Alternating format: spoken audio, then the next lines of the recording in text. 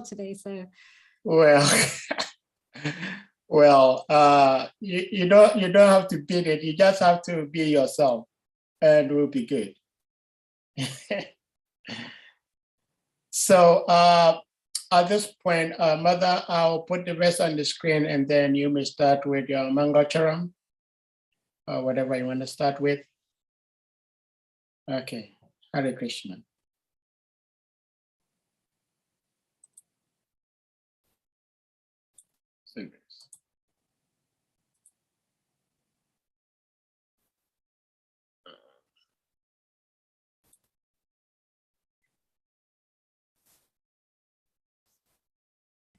sorry, I accidentally, when it said it was recording, I accidentally pressed leave meeting rather than got it.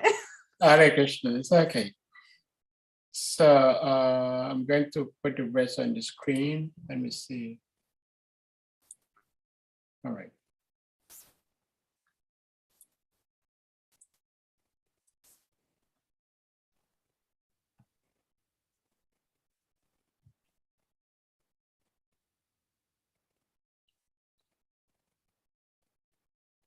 Okay, over here.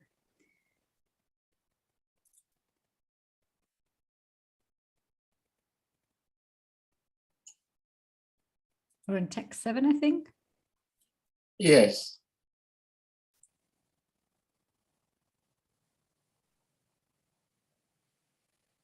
Hare Krishna. Hare Krishna. So thank you so much for having me back. So we are continuing with SRIMAD BHAGAVATAM, Canto 1, Chapter 15, and we're now on verse 7. So I'll recite the Sanskrit and the translation, and then do Mangalarchanam.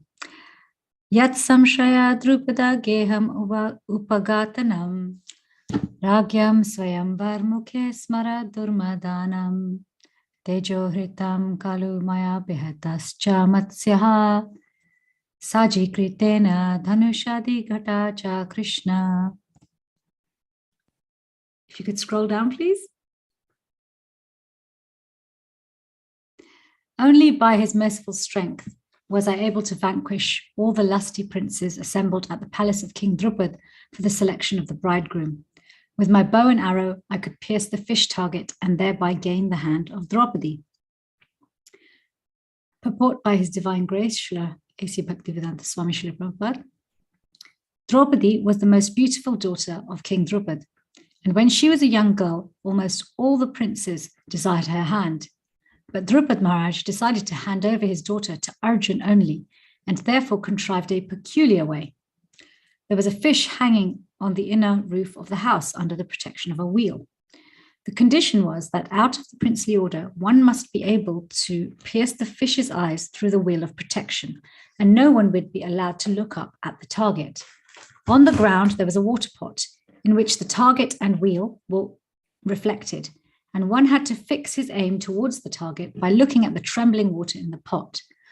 Maharaj Drupad well knew that only Arjun, or alternatively Karn, could successfully carry out the plan. But still, he wanted to hand his daughter to Arjun. And in the assembly of the princely order, when Drishtadyumna, the brother of Draupadi, introduced all the princes to his grown-up sister, Karn was also present in the game. But Draupadi tactfully avoided Karn as the rival of Arjun, and she expressed her desires through her brother Drishtadyumna that she was unable to accept anyone who was less than a Kshatriya. The Vaishyas and the Shudras are less important than the Kshatriyas. Karna was known as the son of a carpenter, a Shudra, so Draupadi avoided Karn by this plea.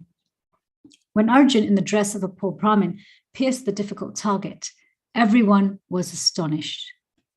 And all of them, especially Karn, offered a stiff fight to Arjun. But as usual, by the grace of Lord Krishna, he was able to emerge very successful in the princely fight and thus gain the valuable hand of Krishna or Draupadi. Arjun was lamentingly remembering the incident in the absence of the Lord, by whose strength only he was so powerful. Om Gyan Timirandasya Gyananjana Shalakaya Chakshurun Militam Yena Tasmai Shri Guruve Namaha. Shri Chaitanya Manobishtam Stapitam Yena Bhutale Swayam Rupa Gadamayam dadati swapadantikam vandeham Shri Guru Shriyata padakamalam Shri Guru Vaishnavamscha Shri Rupam Sagrajatam Sahagna Raghunatam Vitam Tam Sajivam Sadvaitam Sarvadutam Parijana Sahitam Krishna Chaitanya Devam Shri Radha Krishna Padan Sahagna Lalita Shri Vishakam Vitamscha He Krishna Karuna Sindhu Dina Bandhu Jagatpate Gopesha Gopika Kanta Radha Kanta Namostate Tapta Kanchana Gaurangi Radhe Vrindavaneshwari Vrishabhanu Sute Devi Pranamami Hari Priye Vanchakalpatarubhishya Kripa Sindhu Bevacha Patitanam Pavanebhyo Vaishnavebhyo Namo Namo Shri Krishna Chaitanya Prabhu Nityananda Shri Advaita Gadadhar Srivasadi Gaura Bhaktavinda Hare Krishna Krishna Krishna Hare Hare Hare Rama Rama Rama. So I'll just read the translation again. Only by his merciful strength was I able to vanquish all the lusty princes assembled at the palace of King Draupad for the selection of the bridegroom. With my bow and arrow, I could pierce the fish target and thereby gain the hand of Draupadi. So for the bulk of this chapter 15, as many of you have probably been hearing if you've been attending the classes, you know, Lord Krishna has just left. He's departed the earthly planets. He's closed his pastime. And Arjun and Yudhishthira Maharaj have just come to hear about this.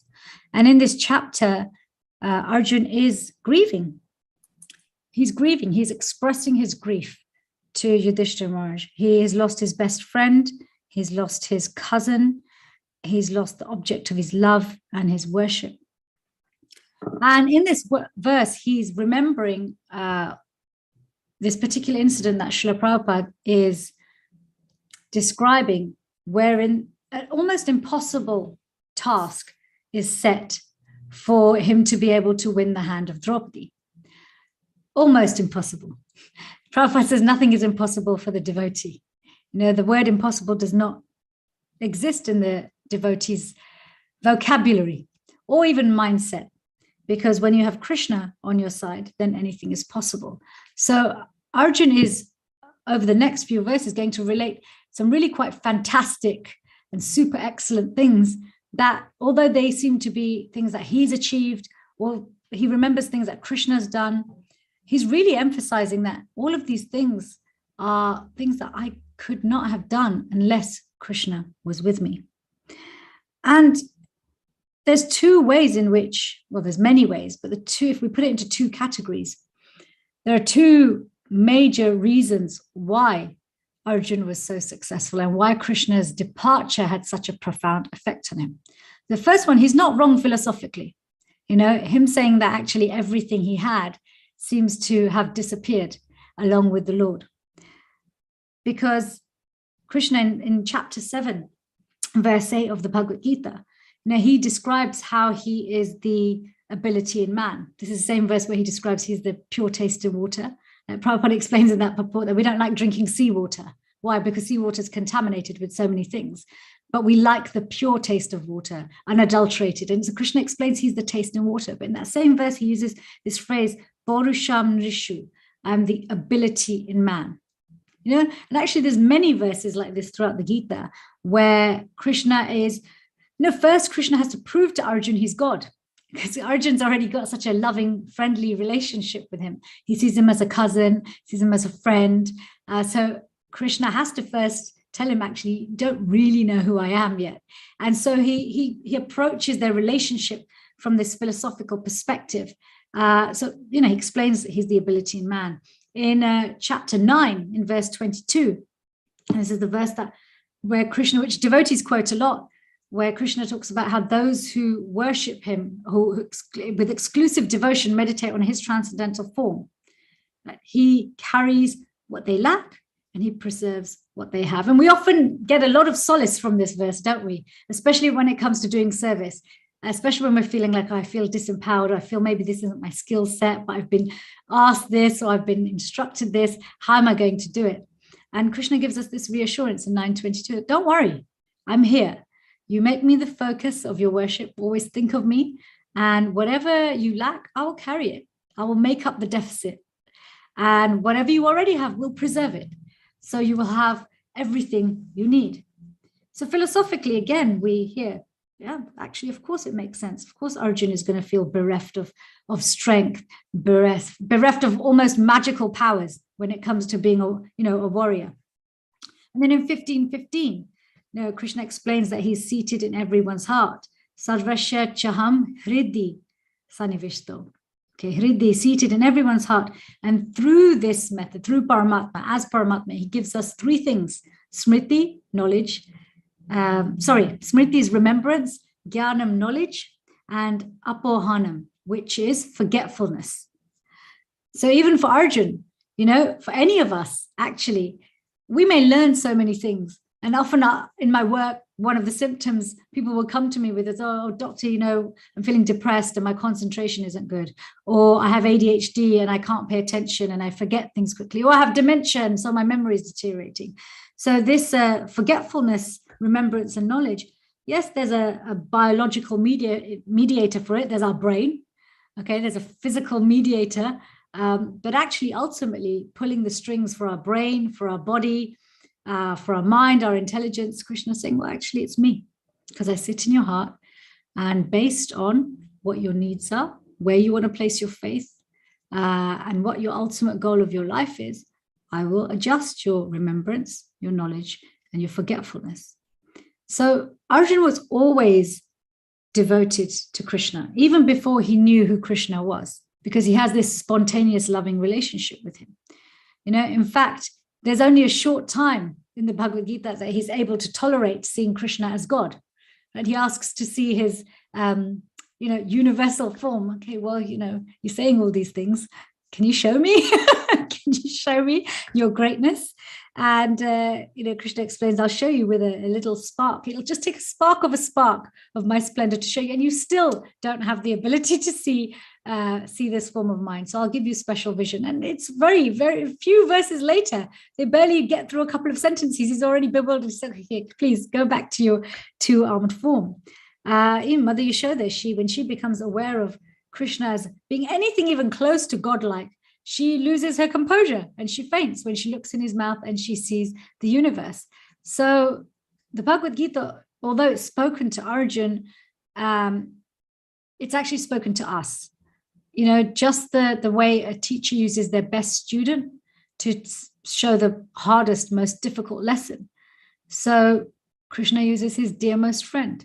And he explains this. He said, I'm giving you this knowledge because you're my friend and my devotee. So then it's natural that with Arjun being Krishna's actual friend, loving him whether he is God or not, even though he's philosophically correct, but his grief is not about losing his abilities. His grief is actually about being separated from his loving friend, from the object of his worship, the person he worships with exclusive devotion. And he's not grieving his abilities, he's grieving a person. But this is the second aspect of this ability. Yes, there's the philosophical side. God in the heart gives us our ability. God in our heart gives us knowledge, remembrance, and forgetfulness. God in the heart carries what we lack, preserves what we have. But God, the person, Krishna, the personal relationship with Krishna, brings a different kind of ability, a different kind of encouragement. Think of your most loving relationships. Think of your most loving relationships.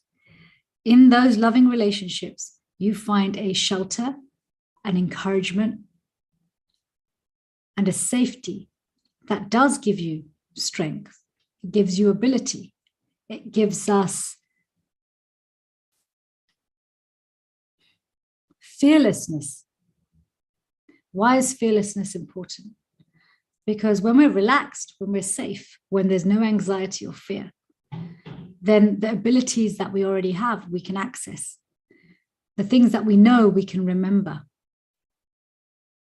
And the help that we get, we can accept. When we're scared, we forget what we already know. We lose faith in our ability. And when help is sent, we reject it. So actually, even more powerful than the God aspect of Arjuna and Krishna's relationship is the fact that they have a personal loving relationship. And this personal loving relationship, now I was thinking about, we as devotees, we talk so much about having deep loving relationships, and we often refer to Rupa Goswami's 6 loving exchanges, right? Giving and receiving gifts, giving and receiving prasadam, cooking for each other, eating together, accepting prasadam from each other, and revealing our mind in confidence and hearing from others confidentially. But actually, if you look at these 6 loving exchanges, they underpin devotional service, because we can also have these 6 loving exchanges with Krishna, just like Arjun did. Arjun would exchange gifts with him. He would eat with him. Sometimes they'd cook for him. Sometimes he'd visit him and be cooked for. He would reveal his mind in confidence. The whole Bhagavad Gita is Arjun turning to Krishna in confidence in the middle of a battlefield. When push came to shove, when he was in his most difficult moment of his life, who does he turn to? In his most hour of need, in his biggest hour of need, who does he turn to? He reveals his mind in confidence to Krishna. And actually, Krishna respects that confidence, because the only people who can hear that conversation really fully, really intimately, and understand everything, who was listening? The only other person really listening was Sanjay. The only other person, it was very confidential, a very confidential conversation. And it's so confidential, actually, even though millions of us, billions throughout time, have read and heard this conversation. The meaning that Krishna gives to Arjun uniquely is still unique for Arjun. Just like if any of us pick up the Bhagavad Gita, we pick up any verse, in that moment, what Krishna is saying to us is unique for our particular level of surrender, our ability to accept what he's saying, and what we need in that moment. So actually, that's very confidential, isn't it? We're all part of the same conversation, but Krishna is saying something slightly different to each one of us. So these 6 loving exchanges, we have these with Krishna. We have these. If we look at, for example, giving and receiving food, we do this with Krishna. We cook for him, right? We cook for Krishna, and then we accept his remnants. There's 2 of the 6 loving exchanges. We reveal our mind in confidence. When do we reveal our mind in confidence? When we pray. Prayer is a conscious endeavor to express our worries and desires. It is natural for the heart and mind to worry and desire. More often than not, this comes up when we're chanting, isn't it? When we're chanting, the stuff that's coming up in your mind is usually the stuff that's important to you, important for you to avoid or important for you to acquire. So we can either just unconsciously pray, because prayer means expressing our desire or our aversion. So when we do it unconsciously, it's like we kind of have this, we're telling Krishna so many things, but with no system and with no direction. And so he responds to everything, and we end up with a very mishmash picture of our life. We're like, why did I get this? Why did I get that? Why has this come to me? So, well, you asked for it. You just don't remember asking for it, because you just let your mind run wild. But prayer allows us to harness what's going on and anchor what's going on in our mind and heart, and anchor it with words, whether they're spoken word or whether it's written word. So the words act as an anchor for our desires and our worries. And so in this way, our prayer becomes us revealing our mind in confidence to Krishna. And it's confidential because it's just he and us. That's it. But what about Krishna revealing his mind in confidence to us? Does he do that? I mean, he listens to us. Does he do that? Of course he does. Of course he does. When we look at history, itihasas, right? History, when we look at the history of Krishna, his life, when we look at Shastra, if you look at the word history, it can be split up into his story. And it's his story. Krishna gives us his story because he wants us to understand things from his perspective. Not necessarily from just our perspective or another jiva's perspective. Yeah, he gives us all of those perspectives, but then he also gives us his perspective. Are we really listening?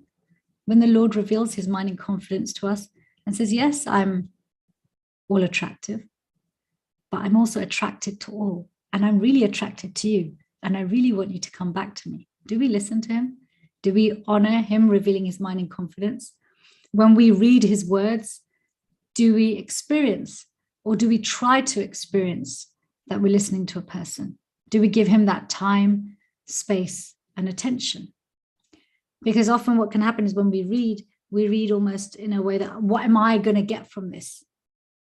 How is this going to help me to be a better devotee, or give class better, or memorize this verse so that I don't fall down, or I can remove my anarthas or become more self-aware? Yes, these are all necessary in the process of bhakti. We don't want to put these aside. Anartha nivritti is important. Learning verses is important. Strengthening the intelligence is important. But if we can bring in this additional understanding that actually Krishna is also revealing his mind in confidence to us, because not everybody gets to hear or read. By Bhakti Devi's grace, by the mercy of the Vaishnavas, by the mercy of Srila Prabhupada, we have been allowed to hear what Krishna says in confidence. So can we respect him? Do we respect him when he's revealing his mind and heart in confidence? Do we listen to him? Do we pay attention? Can we bring that into our practice of reading, in addition to also seeing, what can I get from this? Gifts. We exchange gifts with Krishna. Everything we do for him, everything we buy him, everything we offer him, is not because he needs it. He's self-satisfied, but it's a carrier of our love. Just like your friend, you may all have a friend who has everything. And you wonder, what do I get my friend who has everything? They're always the hardest to buy a gift for. But actually, if we really love them, we'll know what they want. We'll know that whatever we get them, if we put some thought into it, they will receive the love. So that gift just acts as a carrier, but it's just a vehicle for the love. So similarly, we exchange gifts with Krishna. We give him the gift of our love through our various offerings, through our 9 processes of devotional service, through our deity worship. And he also then bestows many gifts upon us, depending also on what we ask for. So this is the thing in loving exchanges, when we're exchanging gifts. Have you ever asked your friends, what do you want for your birthday? Right? What do you want? What gift can I get you? If you just tell me, then I'll just get it for you. Or here's the money and buy it for yourself. Sometimes this happens also in gift giving. But the best gifts are the ones where there's some thought put into it, some careful time and intention put into it. I'm going to watch you. I'm going to see what you need. And then I'm going to plan, and I'm going to make arrangements. Krishna has been doing this for us since the moment we turned away. He's been watching, waiting. What do you need? What would you receive as a gift right now? You want to turn away from me? I'll facilitate that. You want to worship a demigod? I'll facilitate that. You want to forget me completely? I'll facilitate that. You want a more beautiful body? I'll facilitate that. You want more money? I'll facilitate that. Oh, you want to turn to me? You want to see me again? Okay, I'll facilitate that. Here, let me reveal my mind in confidence to you. Here are the books that have been written with the words that I say. Here are the books with the songs that I sing. Here are the books of the other people who've turned back to me and successfully, happily reconnected and reunited with me. Here are the personalities who can help you find me again. I'll send my friends to bring you back. So this relationship that Arjuna has with Krishna, one of love, one of friendship, it's not separate from sadhana bhakti. We don't have to wait till our sadhana bhakti is perfect and we achieve ruchi and ashakti and have woken up to us, swarup siddhi before we can engage in it. Because actually, sakyam, friendship, is one of the 9 processes of devotional service. That means what? Approaching Krishna favorably, approaching him as a person. We can't have a friendship with an abstract philosophical construct. We have to understand a little bit more. And what does that mean? Not intellectually. We have to empathize.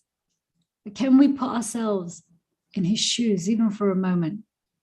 Imagine being a person who loves everyone, being the person who maintains everyone, being the person who's most compassionate, and waiting for everyone to one day turn around and look at you. You put yourself in his shoes. Even though he's fully satisfied, even though he's always blissful, he still experiences the little fluctuations when we step away.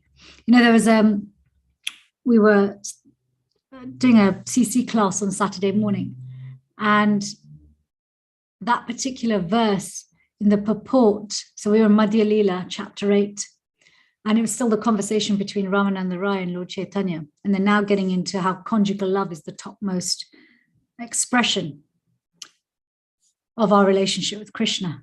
Although all the rasas are equal, there's a hierarchy created by the completeness or the full experience of that love. And in that purport, Srila Prabhupada says, because he's really emphasizing how we can't make up a devotional attitude. It shouldn't be invented. It should always be based on Sadhu, Shastra, and Guru, as Bhakti Rasamrita Sindhu explains. And there's one sentence which I've been meditating on since last week because it's just so profound. Since Saturday, it's so profound. He says we should not make up devotional attitudes. When we do, it creates a disturbance in the transcendental realm. I mean, how can we, some little jiva who's lost, create a disturbance in the transcendental realm? Quite simply, by turning away in the first place. And then every time we pull in, pull back, pull in, pull back, we're missed. We're missed in the few moments that, Gopakumar, this personality who's spoken about in Brihat Bhagavatamrita, where we get to hear about his whole journey of leaving the transcendental realm, living through so many lives in this world, and then finally making his journey back to Krishna. And you see on the cover, Krishna's embracing him. He's embracing him tightly. It's described how in the time that Gopakumar leaves and comes back, just a moment has passed. Literally enough time for Krishna to look at another cowherd boy, come back. And in that time, he's looking at somebody else. Gopakumar has left and he's come back by the time Krishna looks back at him. In that moment, you would think, well, what could have happened? But Krishna, being cognizant of everyone and his relationship with everybody, he notices and he says, I missed you. I missed you. Where there's no time, a moment can feel like forever.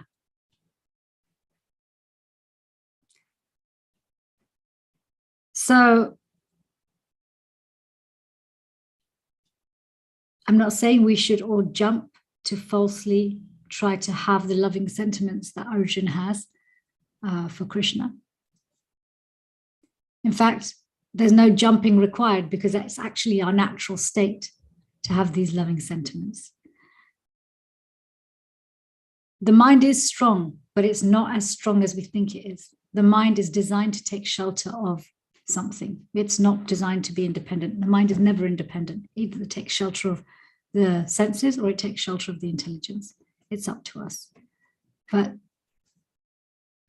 because it's natural to us to love Krishna, it's not a jump. But if there's a willingness that I do want to see Krishna as a person, actually we can use all of our 6 loving exchanges and our 9 processes of devotional service just with this slight adjustment.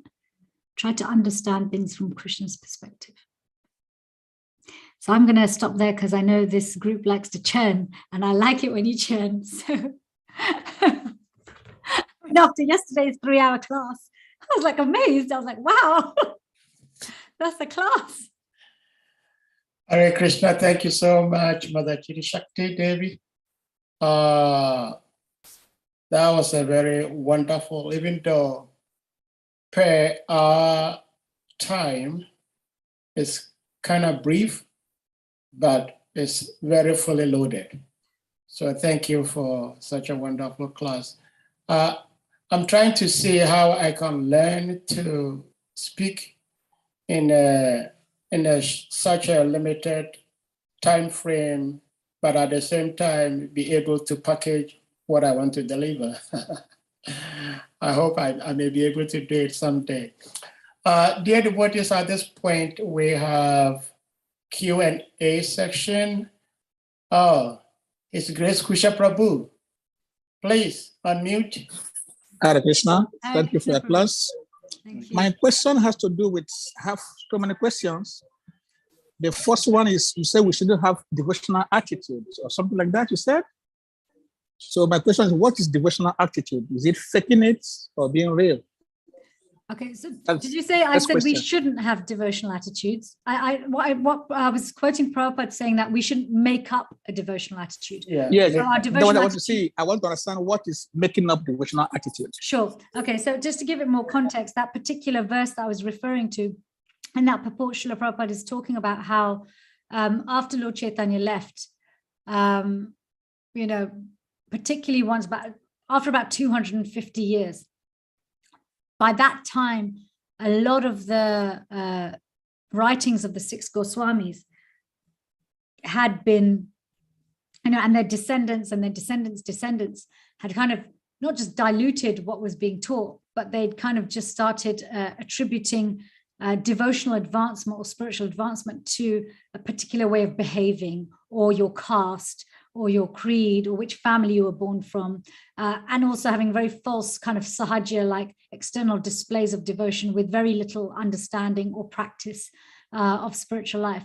So Prabhupada was really elaborating on this and using this as a warning, because when you give, once you give the truth, when time has passed, unless there's a regular investment in practicing and applying what's been given, generally what happens is it will deteriorate. Right? If you leave something cooking on a stove without attending to it, it'll burn. Okay? You leave anything, even your own skills, right? You learn a new skill. If you don't practice it, you'll forget it.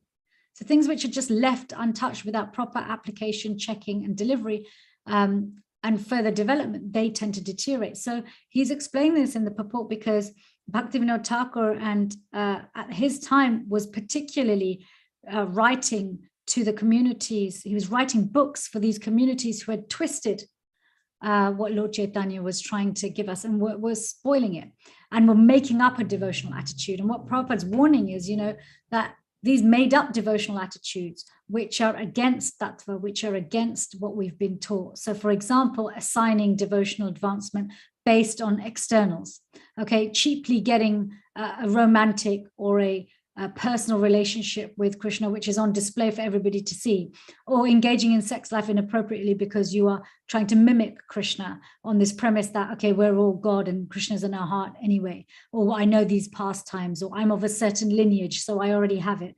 So he's warning against this. So this is what he meant by a made up devotional attitude. And I know for many of us, we're probably thinking, well, hang on a minute, we don't really encounter these, and Prabhupada identified 13 different groups. We don't encounter them. We don't live in India. When are we ever going to come across these groups?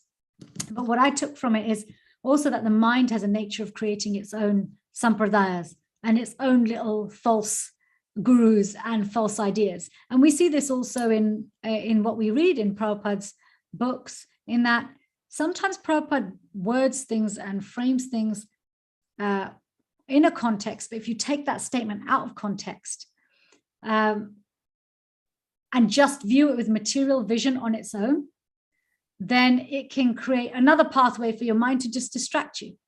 Okay, and you lose sight of the actual goal. So for example, even in this purport, right, if you look at this purport, there's a sentence in there where Srila Prabhupada is speaking about Brahmins, Kshatriyas, Vaishyas, and Shudras. And he's referring to how Draupadi didn't want to accept anyone less than a Kshatriya. And I think he says either that Shudras and Vaishyas are not as important, or if I can get the exact, the Vaishyas and Shudras are less important than the Kshatriyas. Okay, so this particular sentence, now, if we're not regularly reading, Now, what do we mean by rigorously regularly reading? Rigorous, regular reading means that we're not just reading, but we are scrutinizing. Prabhupada uses this sentence, my disciples should scrutinizingly study my books. Okay, scrutinize. What are we scrutinizing? We're not scrutinizing his words for faults. We're scrutinizing our mind for the defect in interpreting his words. So if our mind, out of that entire purport, if that's where our mind goes, well, hang on, I'm a Shudra. Is Prabhupada saying I'm less important? I'm a Vaishya. Is Prabhupada saying I'm less important? And that becomes a distraction rather than focusing on what Prabhupada's actually explaining is, Krishna can give you everything. You are made up of his mercy. You are made up of his love, and you can access that. So we're scrutinizing. Where's my mind going then? Right? So this is almost like this, our mind does. It creates these little camps. If we don't feed it and nourish it regularly, it will become like the philosophy decayed in these different groups and these subgroups. And all they did was the focus on the outside. The minute we turn away from our inner self, the only other place to look is outside. There's only we look inwards or we look outwards. If we're not looking inwards, then the only other place we're looking is outwards. And when we look outwards, that's where everything gets messed up. That's where we get the divisions. That's where we get the problems. That's where we start to fight. And, I'm not saying that these statements, and there's other statements about so many different aspects or parameters of our material bodies, whether it's our color, our gender, our varna, our ashram. Sometimes Prabhupada says grahastha ashram is amazing. Other times he says brahmachari is the only way. We could, if you took Prabhupada's books in their entirety, then and just pulled out those statements on their own can cause a lot of disturbance. So I think as a community, it is, this made up devotional attitude isn't just about thinking we're entitled to a particular aspect of devotional service because of our birth, but also that made up attitude can be, okay, I'm not allowed to engage in devotional service because I've read this sentence, or it's less available to me, or Prabhupada saying it's less available to me because of my gender or my color. So I hope that Thank you so much for this answer. Then my second question is, in the course of your lecture, you mentioned about a prayer and Krishna revealing his mind in confidence. And you mentioned that Krishna can give everyone anything, whatever he or she wants, devotional service. So some people join devotional service for material desires. I will be blunt on this one. A young lady who joined ISKCON or devotional service have a desire to get married. And when she's chanting the japa, her desire is to find a good husband. And then when the brahmachari wants to marry her, we say he falls down. But Krishna is fulfilling the desire of a Mataji who wants a husband. Can you elaborate on this, please? Yeah, there's two things there. So one is, how does Krishna respond to our prayers? And the second thing I hear is our attitude towards grahastha ashram. So I'll start with the prayer one. The thing is, yes, the Maha Mantra isn't simply a mantra. It's also a prayer. It is actually, we don't have to make an extra endeavor to pray. We can have a prayerful attitude when we're chanting. And yeah, we have to be mindful, what am I communicating to Krishna? But Prabhupada gives us reassurance in that whatever we ask Krishna for, because we are approaching him directly, to the degree that we want him, to that degree, he also delivers what we ask for, but in a way that brings us closer to him. So if we're very surrendered, even if we happen to think of something which seems to be material, Krishna will likely give it to us, but it will still he will give us the blessing with it, that through the experience of it, whether it's pleasure or pain, we still remember him. It may be that we're not so surrendered and all we want is something material. So Krishna will send it to us, but he will make sure that we also feel a little bit of pain, just as a reminder that actually, no, this is never going to satisfy you. You did turn to me for a reason. Just a reminder there that there's nothing you can ask for. Now, on this other point about the brahmachari falling down, actually, if you Prabhupada, if we again take his, I like looking back at Prabhupada's classes as well as what he says in the books. And there is a class that Prabhupada gives on, I is it 1-840? I think it's first canto, 8th chapter. I'll find the reference for you. I've got it on my phone, but it's a class he's giving. And in that class, he goes through this whole, the progressive and protective nature of the 4 ashrams. And he goes into great detail. And he actually talks about how the four stages of life: brahmachari life, celibate student; grahastha life, householder; vanaprastha, retired life; and sannyasa ashram actually is only available, all 4 of those are only available to the Brahmins. Then to Kshatriyas, only 3 are available. Okay. And then to Vaishyas, only 2 are available. And to Shudras, only 1 is available. Shudras stay in grahastha life the whole time. But what he explains in this class is that ashram means shelter. But he also talks about, because it comes from ashraya, right? This is an ashram. Each of them should be a shelter. They should protect us from the things that keep us away from Krishna. There are stages of life. But he also talks about it being progressive. So progression means we move through all of them. It doesn't mean you stay stuck in one. So one moves from one to the other because they are progressing, becoming more deeply attached to Krishna and progressively less attached to the outside world and our affections and aversions. So if we don't understand this in a more sophisticated way, then we end up with skewed ideas that, because brahmachari life is student life, is training life. That is what it means. Brahmachari means training under the guru, in the gurukul traditionally, right? Having your, a celibate student life, living as a perfect celibate, and training your senses, training your intelligence, training your habits, and ultimately retraining your heart to love Krishna. So that then when you're put back in, it's like the alcoholic in rehab. You have your rehab and then you're put back outside where you're expected to walk around with alcohol everywhere, but not expected to drink, right? In grahastha life, that's tested even more because you have to be able to move in and out of intimacy, but in a loving way without being attached, rather than having aversion. But now imagine it, if we don't understand it like this, and we see it as a devolution, as a lack of progress to move from brahmachari to grahastha, 2 things happen. One is the person moving from brahmachari to grahastha life feels like they're blooping. And I would say that the stigma with it is probably more towards men on that side. But for the women, what's the stigma? How do we feel when you marry somebody who leaves the brahmachari ashram? Do you want to be made to feel like they're Maya? I'm your Maya. You left brahmachari life for me. Oh, great. What a great entrance to grahastha life. 2 people. Mahamaya. That's Mahamaya. And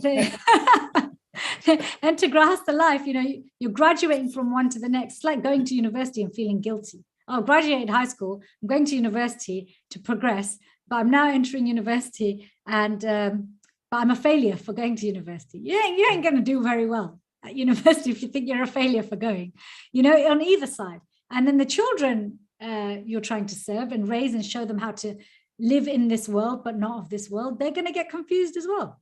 And so it attracts all sorts of problems. So yeah, we have to be, we have to be conscious and more sophisticated in our understanding of varna, of ashram, and understand that actually Prabhupada never assigned perfection to any varna or ashram. Perfection is always about our relationship with Krishna. It doesn't matter if we're perfectly situated in varna and ashram, it'll still be painful.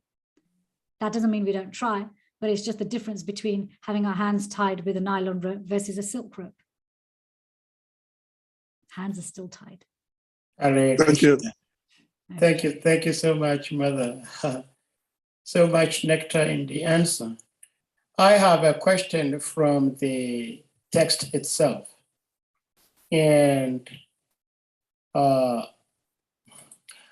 I'm wondering what Arjuna is saying.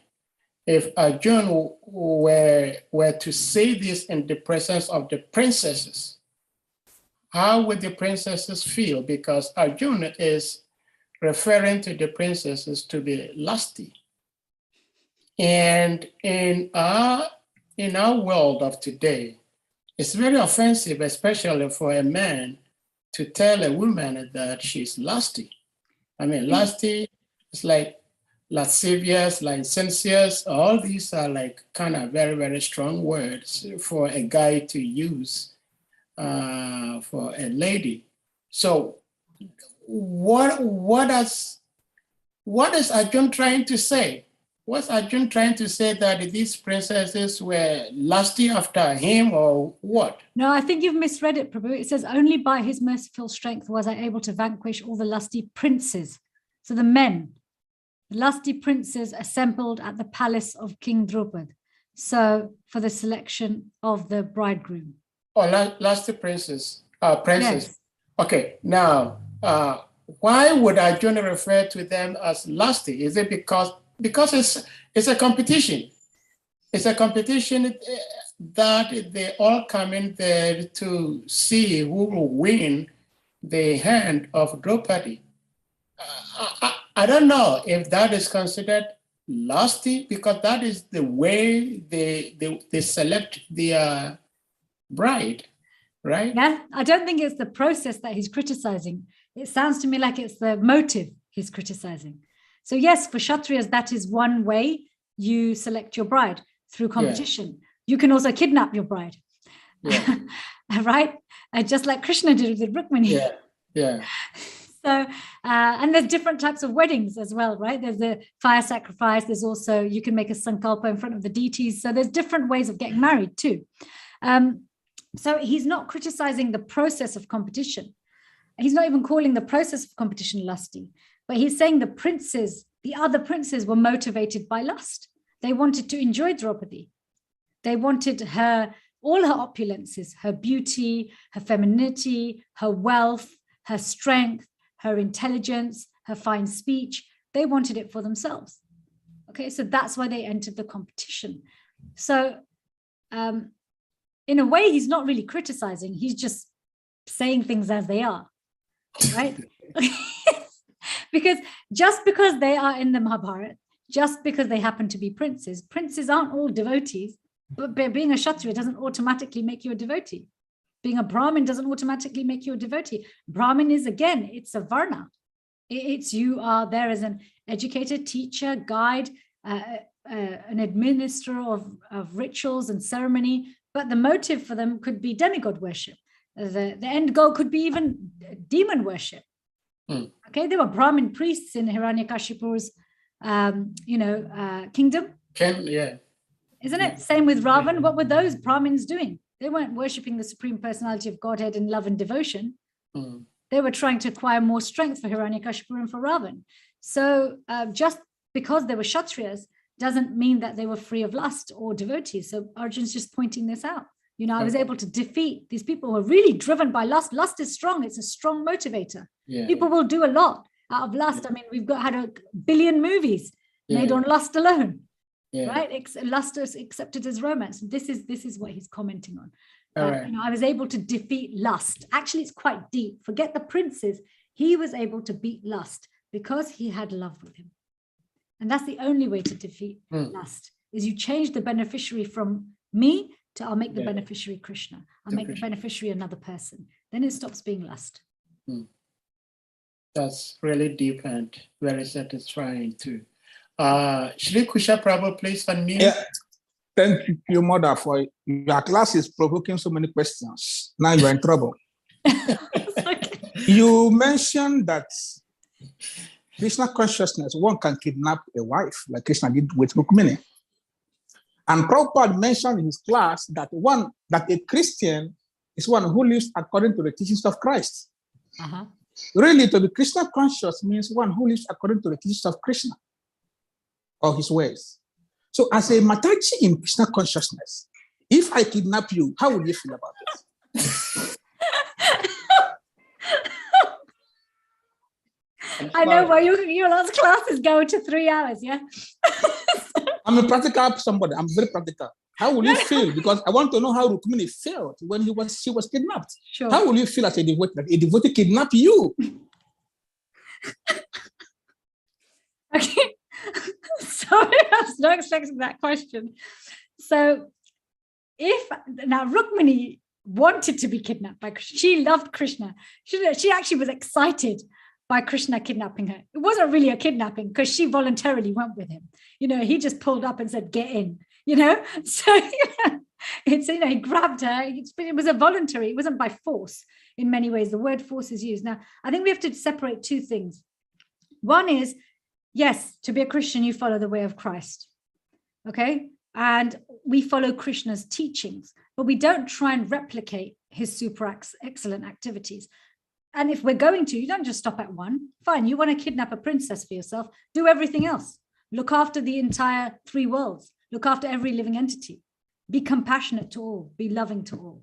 Okay, ask for nothing for yourself and only give things to others. So do everything Krishna does then. Not just, oh, I'll do one of your things. So this is again coming back to this thing Prabhupada saying, don't make up a devotional attitude. Don't try and be like God by just replicating one thing, maybe the way he is with women or the way he dresses or the way he speaks or the way he kidnaps his wife. Okay, so there are Krishna's pastimes which are unique to him, which show that he is the Supreme Personality of Godhead. So one of the four features of knowing who the Supreme Personality of Godhead, one of them is his super excellent pastimes. There is, yes, as in Kshatriya tradition, you can do this. But again, it's not by force in the sense of objectifying a woman. It's in the sense, okay, well, we have it now. Don't people elope? They run away together. You know, for the father of the bride or the girl or the parents, they'll see it as a kidnapping. They'll be like, yeah, he just lured her away.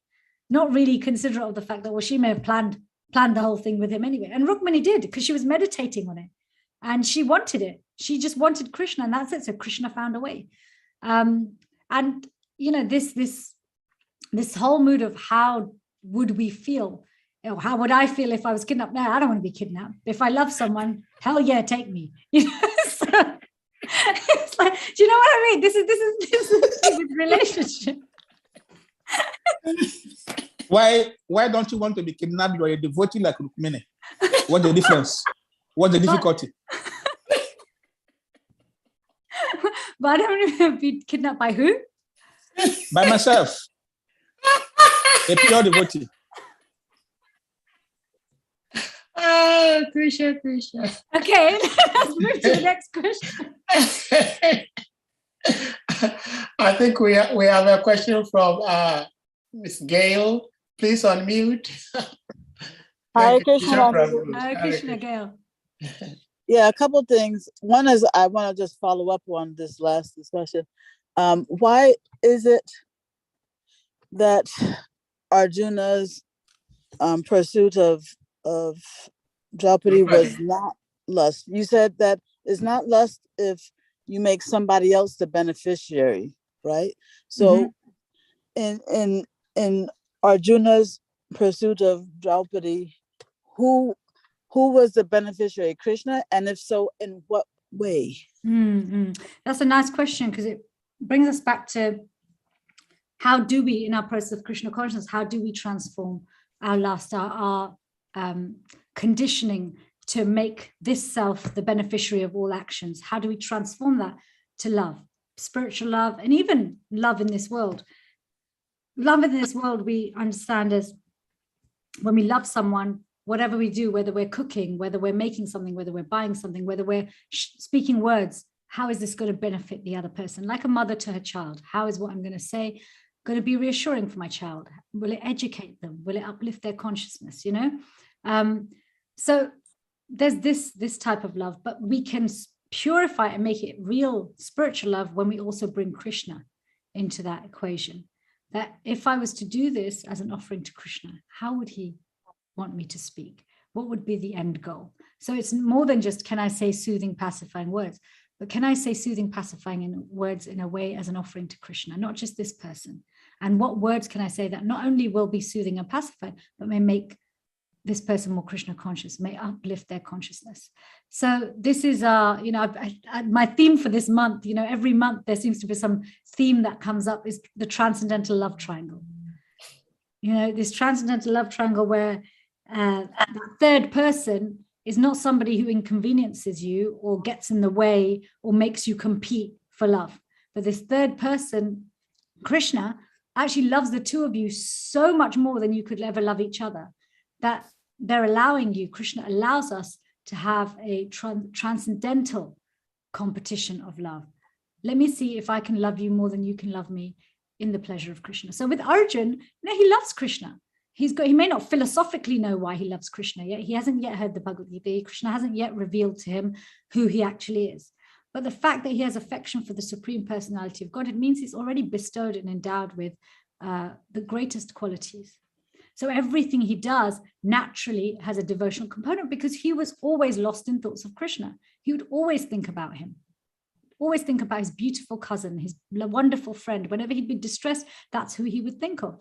So in this way, he would automatically, without having to make a cognitive plan about it, how am I going to bring Krishna in the middle of this relationship? It would always be there. If he was in distress, he'd think of Krishna. If he was happy, he'd be grateful to Krishna. So he couldn't help it that even if he was physically attracted to Draupadi and entering this competition, still he's seeing it as an offering in many ways automatically, because he automatically brings Krishna into that dynamic.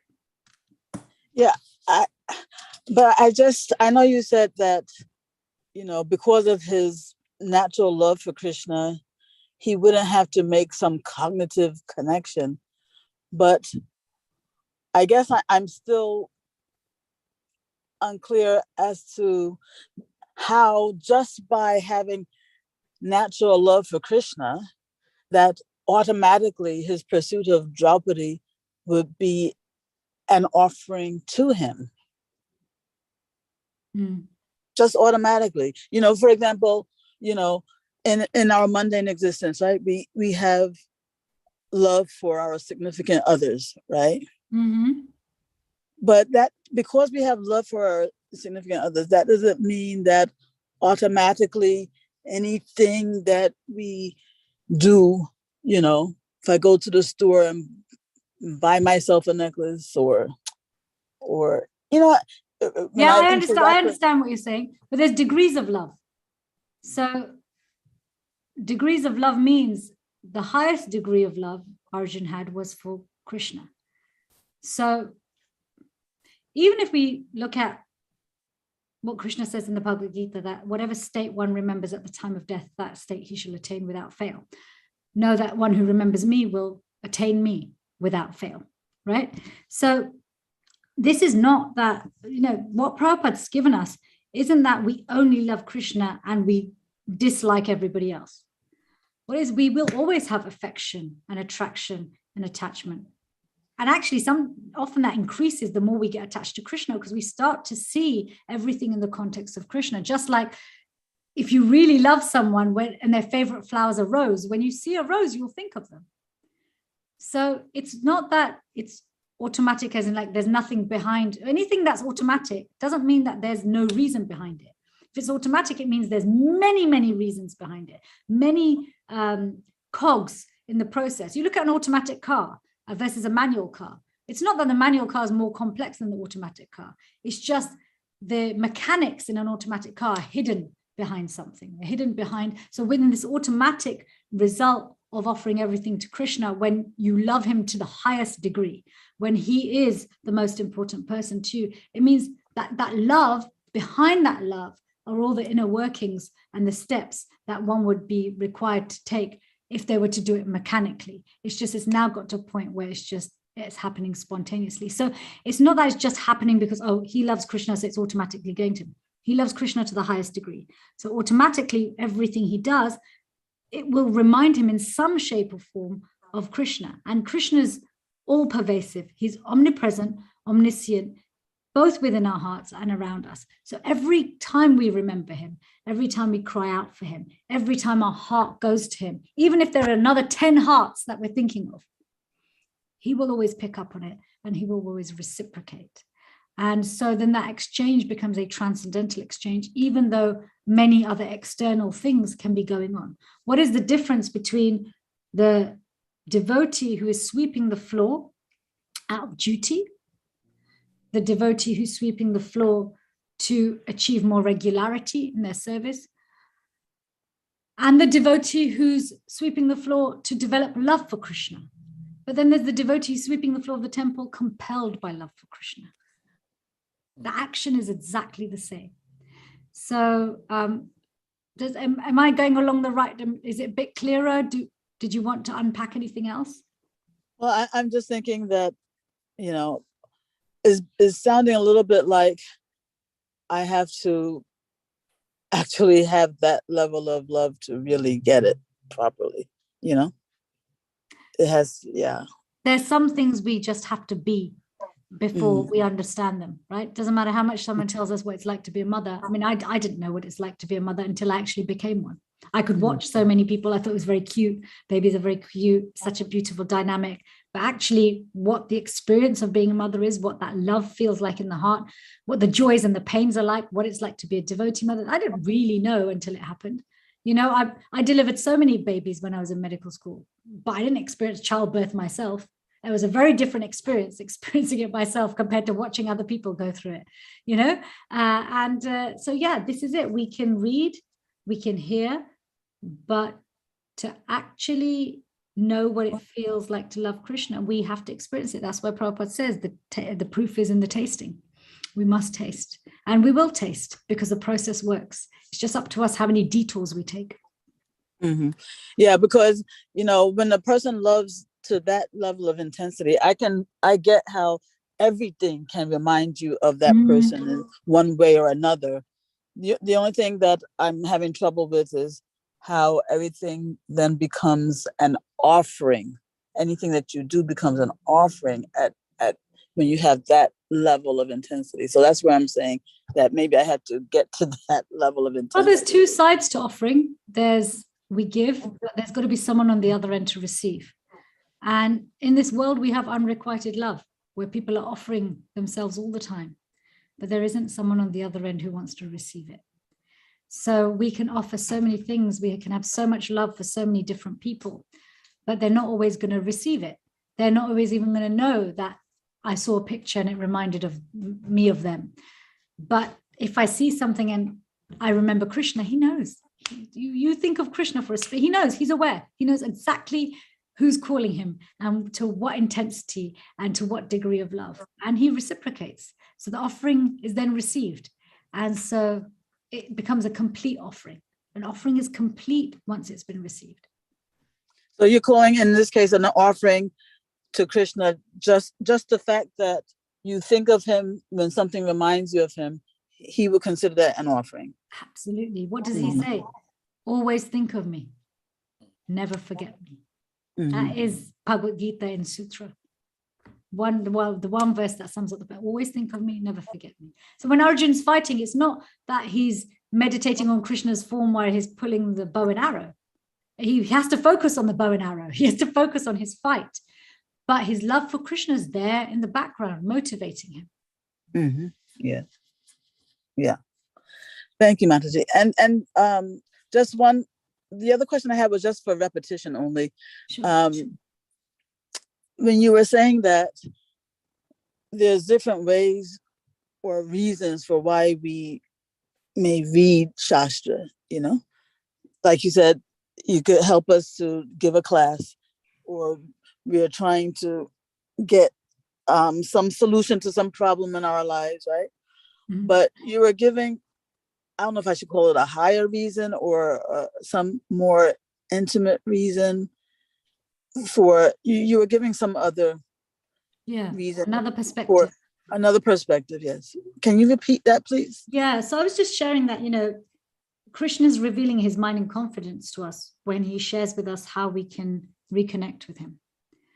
And I find it a helpful way to read and a helpful way to think of him as a person and involve him and remember him as a person. That what must it feel like for Krishna that we turned away from him and that he waits for us for as long as we make him wait, and always ready to remind us. He's revealing his mind and confidence, and he doesn't give up. He doesn't stop doing it. We give up very easily when we reveal our mind and confidence and the other person doesn't accept it or doesn't treat it right. How many people we say, oh, this person's not my friend, when I try to reveal my mind and confidence, they were envious or they didn't listen properly. We stop trying. We go and look for a friend elsewhere. He doesn't. He carries on. He keeps trying and he waits. So I find it can be helpful to look at Shastra from his perspective, that he is speaking to us and he wants us to hear him. Hare Krishna, thank you for the answers. And Ms. Gail, thank you for your intelligent questions. So we go to His Grace Salika Prabhu. Please unmute. And I think Govinda Prabhu is also waving his hand. I think because he's driving, he can't press the raise hand thing. Yeah, yeah, he always does, yes. Yeah, go ahead, Prabhuji. Hare Krishna. Can you hear me? Yes, I can. Very well, yes. Okay. Actually, I have a question, but that question, our mothers touched that twice, and I just want to look at it from a different perspective. Please, But before I do that, because I'm co-hosting, I've observed that Anandini Danan Prabhu asked a question in the chat room. So I want her to attend to that first, then I'll come with my question. Okay, so Mother Chidi, do you want me to read to you? I can read it. Hare Krishna, Okay, Mother. Can you love someone or anything without being attached to it? If so, how practically can we do that?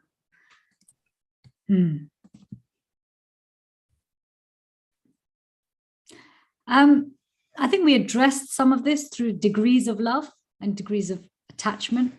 What does attachment mean? It means connection. We often, and closeness, when two things are attached, there's literally no distance between them, right? Equally, then when you try to separate, it hurts, doesn't it? So can we love without being attached? What Krishna warns us against is self-centered attachment, being connected to things in such a way that if we're separated from those things or people, or avoiding separation from those things or people is purely motivated by whether it gives us pain or pleasure. When we love, then, and particularly when we spiritually love, our pain or pleasure tends to come secondary to the other person. Having affection for a person and putting them in the center, and Krishna also in the center, doesn't mean that we stop feeling pain or pleasure when there's a separation, but we can see and trust the hand behind that pain or pleasure. And so when there's pleasure, the hand behind it is Krishna, we can be grateful. When there's pain and the hand behind it is Krishna, because we trust him, that pain, although the experience of that pain isn't pleasurable, there is a coexisting pleasure knowing that I'm experiencing this pain because ultimately it's going to relieve me of a burden. Just like a surgeon cutting out a cancer. There's pain. Okay, there's pain. Surgery is not painless. That's why we have to put you to sleep. But the patient comes and they trust. They trust, yeah, put me to sleep to remove this because I know it's going to hurt. And I'm going to be sore afterwards. But I'm not going to be angry at you for it. I'm not going to resent you for it. In fact, you may even get my blessings for it because I know what you've put me through is actually ultimately for my health. So we can love and there will be attachment. It's just what is the purpose of that attachment? What is it ultimately going to lead to? And Krishna Prabhupada says that, Krishna consciousness is about a higher taste. It's not that we stop existing, stop forming relationships. Prabhupada's whole premise for this movement is based on deep loving Vaishnava relationships. Which deep loving Vaishnava relationships, the acid test is the spirit of cooperation. This is the age of quarrel and hypocrisy, but Krishna consciousness can turn it around and make it the age of quarrel and make it the age of cooperation and honesty.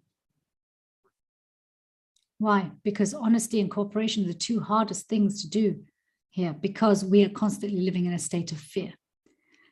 And so when Prabhupada says your love for me is shown by the way you cooperate, because he knows it's the hardest thing for us to do here because we're so scared. But when we have deep loving Vaishnava relationships in which attachments will form, it's inevitable. But those attachments ultimately free us from this world. Those attachments ultimately make us want to take more shelter of Krishna, whether it's through pain or pleasure.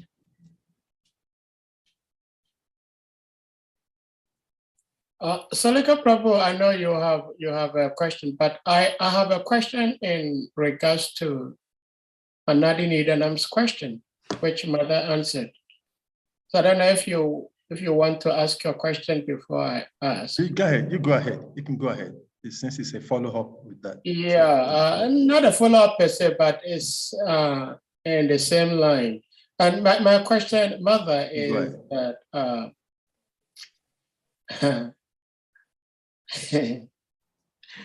Dad, with I'm sorry. Please don't ask to kidnap me. No, you're not going to be kidnapped. Dad with Maharaj gave class on one of our Gita Nagari classes.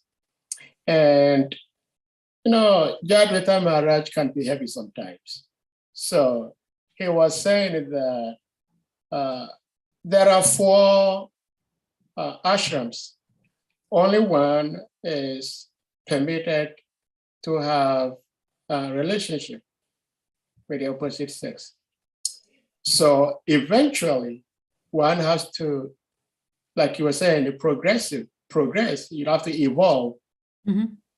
You have to move out of the Grihastha ashram to the next. So he was saying, I think it was Arjun's son who knew how to make the, I've forgotten the technical name of the war pattern that you can enter into something view. Yeah, the chakra view, wasn't it? Yeah, the circle formation. Yeah. The chakra view. That he knew how to enter in, but he couldn't didn't know how to get out. Yeah. So lots of us, we know how to get into the Grihastha ashram. We don't know how to get out. But here is my question. Srila Prabhupada said that it was easier for him to take sannyas because he didn't love his wife. And this is, excuse me to say. Where does he say that? Oh, it's on YouTube. Actually, his disciples were with him and they were all laughing. So the reason he said was that because at a point, Ravinda saying in by fire, out by fire. You know, at a point, Srila Prabhupada wanted to marry a second wife. Srila Prabhupada wanted to marry a second wife. And his father asked him, why? Why do you want to marry a second wife? And Srila Prabhupada's answer to his father was, it's because I don't love her. And his father told him, you are fortunate. You are very fortunate that you are married to a woman that you don't so much love. And my question is, how do you live with a woman as a wife and you say that you do not love her? And if you truly love someone, how do you disassociate yourself from her? You see, I mean, Srila Prabhupada's pastime is just a transcendental lila. But when it comes to ordinary people like me, I just, when Srila Prabhupada said that, I was thinking to myself, if me, Sahadev, say that I do not love my wife, and my wife hears that, what is going to be the relationship? Is our relationship still going to be the pending one, or it's going to end? Mm. So in a short phrase, my question is, how does one love the spouse and at the same time learn to disassociate himself or herself at some point, voluntarily? Mm-hmm.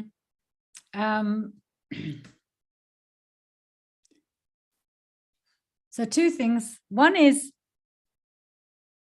Prabhupada said many things about his marriage. He even actually at one point said actually he was horrified that his spiritual master wanted him to take sannyas. He said it was horrible. He didn't want to leave his family. Now, this was many years later. I think the time when he was considering having another wife was probably in the initial stages. I mean, marriage at that time was made by arrangements with some understanding that there's 2 families coming together as well. It wasn't made on, who bought the nicest bunch of red roses and wore the nicest 3-piece. It wasn't done like that, right?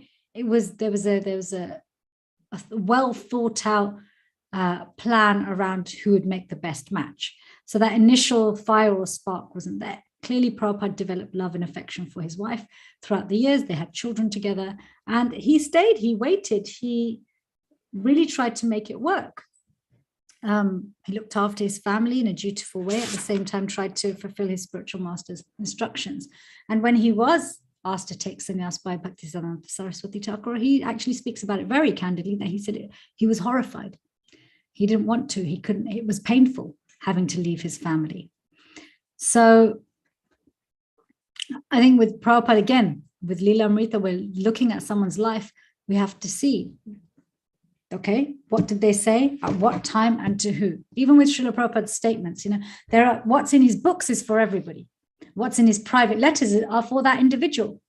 Mm-hmm. Even what he says in classes and lectures, he's also speaking to a certain type of audience. Mm-hmm. Okay, so I think that's the first thing, is that I think we understand Prabhupada's things in context. And Prabhupada's life has many examples in it for us. Now, this whole point of love, how can we love someone, have a loving relationship, and be in Grahastha ashram and progress to a point where we can live a life where Krishna becomes, or affection for Krishna becomes, our priority.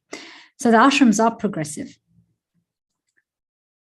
Where we are just going back to our earlier point of having a healthier attitude towards Grahastha life as a bona fide ashram for families, okay, for everybody in the family, to be able to deepen their affection for Krishna, while simultaneously caring for each other. Because actually, if you look at a Grahastha setup, it's not that different to how a temple is set up.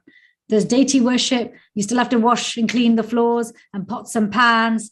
And, the day-to-day running of, if anybody's lived in a temple and you look at the services you have to do to run a temple, they're not that different to what you have to do at home. It's just, you're the temple president of your own house. Okay, if you really want to have proper Grahastha ashram. So having a healthier attitude actually enables us, because we then appreciate the other family members, whether it's your wife or it's your husband or your child, you appreciate them as Vaishnavas. And so how can I serve this Vaishnav who I have affection for in order to enable their spiritual life better? One is upgrading our own consciousness and our own sadhana. Second is running the house so it does run like an ashram. Okay, having the deities at the center.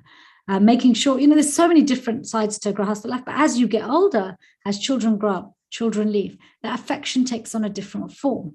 It's less steeped in the physical attraction, less steeped in household duties, and this renunciation, external renunciation, starts to happen automatically. You don't have to hate the other person. In fact, hatred often pulls people back together again, because you want to play out that connection, but through being averse to them rather than affectionate towards them. It's actually easier to renounce someone you love if you know that renouncing that person will actually be better for their Krishna consciousness and yours. And Prabhupada himself said that if your home is Krishna conscious, you don't need to take sannyas or leave. And even with Vanapras, there's different options. You can take Vanapras, the wife and husband can take Vanapras together. The husband and wife can take Vanapras separately. It depends on their relationship. You can either together cultivate each other, because if you're very good friends, don't you want to read Shastra and discuss with your very best friend? If you're very close, and if you feel that, okay, our compatibility is not as strong as it used to be, or actually I'm better suited to being just with males or just with females during Vanapras. But again, there's a transition, just like there's a transition from Brahmacharya to Grahastha. It's not one day you're in Saffron and the next day your wife appears or your husband appears, and it's in the same part of the Bhagavatam where Prabhupada talks about how a woman is Maya for a man. Literally 2 verses later, he says, for a woman, her husband and children are her death. Okay, and people don't quote that very much. So, this actually having real affection for others means we will put their spiritual life first, which means then there's no failure. Well, thank you. I think sometimes we try to, or we seem not to recognize Srila Prabhupada's sense of humor also. Yes. He had a human side, and we learned a lot from his human side. In fact, he says himself he didn't really know who he was till he was 70, which means he was operating and functioning very much with his human side, which means he had human feelings. Hare Krishna. Salika Prabhu, please. Yeah, thank you very much, Sir Dave, for Hare Krishna. that question, and thank you, Mother Sitika. Actually, I wanted to draw us a little bit back because I like the way you, the angle from which you approach the text of today, because it's talking about Arjuna's realization and is sharing how he feels, because realization comes from experience. And Arjuna was talking about how it was what led to his success in achieving the hands of Draupadi. And what he was thinking, he was revealing to us his art while he was engaging in that activity of trying to secure Draupadi's hand. And I like the way you connect with Srila Rupa Goswami's instructions about 6 loving relationship within the devotees. And you've nicely explained also how that practically can be experienced in relationship with Krishna now.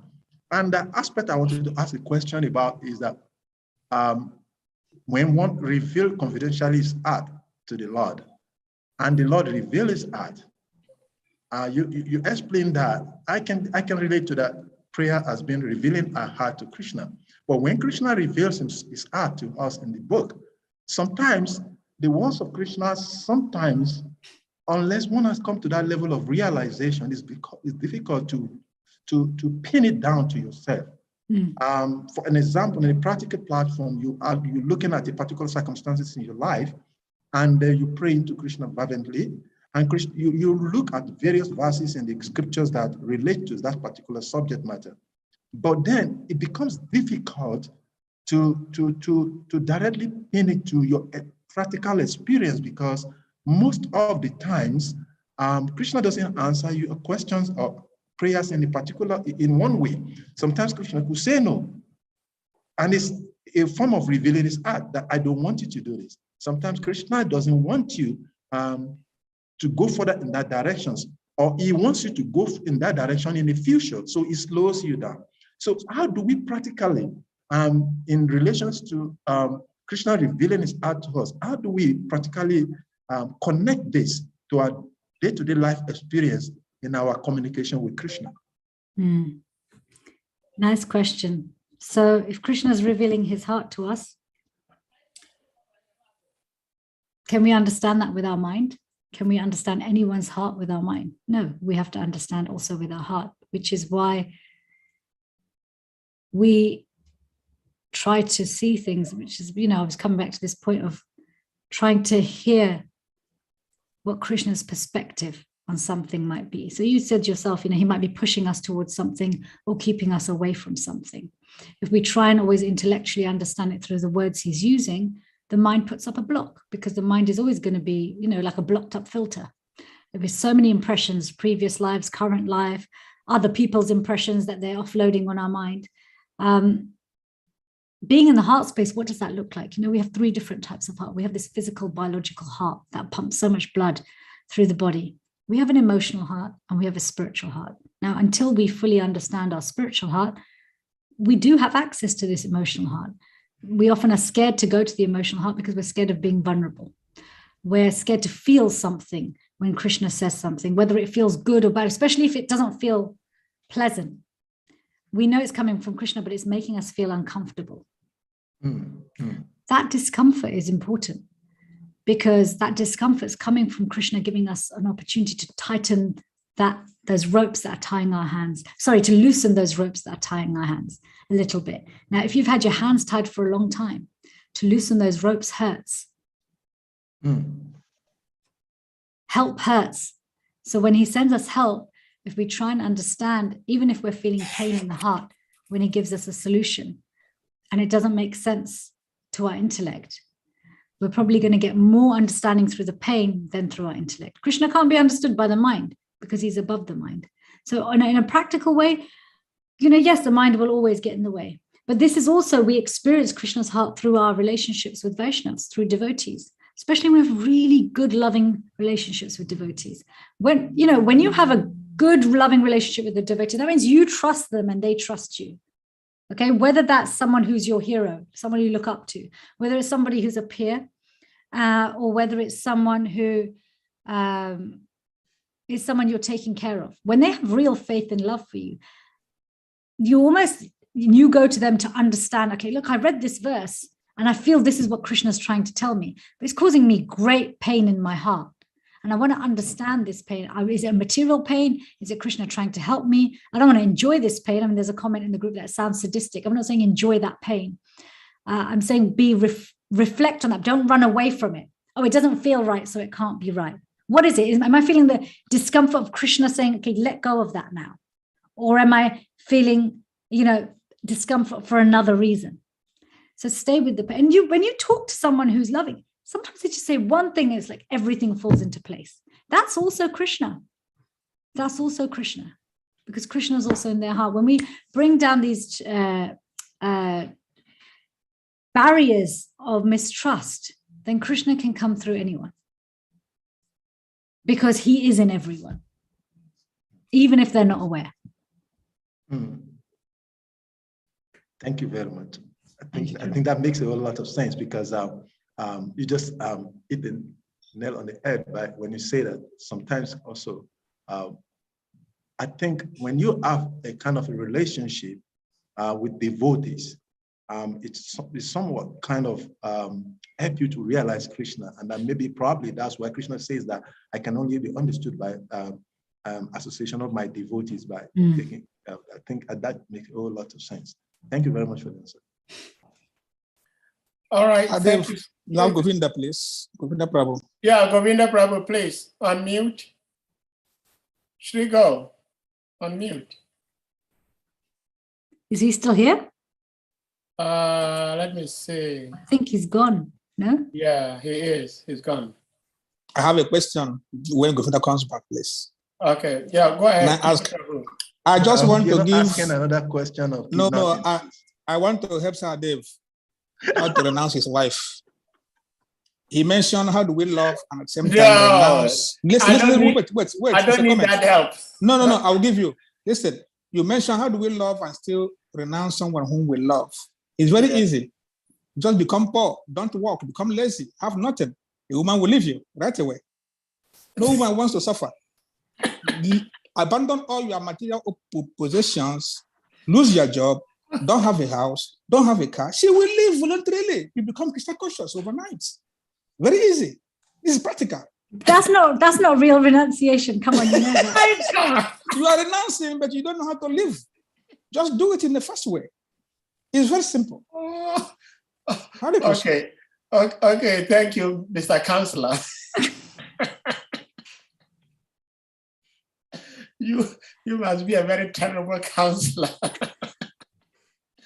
Okay, Shri Hare Prabhu, please unmute. Hare Krishna. Hare Krishna. Can you hear me? Hare Krishna. Yes, we can hear you, Prabhuji. Always Prabhupada. Hare Krishna. CITI Shakti Mataji. Thank you very much for your class. Thank you. Yeah, my follow-up question is about this issue about the Grihastha living home. I keep hearing every now and then that we should always endeavor for devotee association because the devotee association, Vaishnava Sangha, helps us a lot.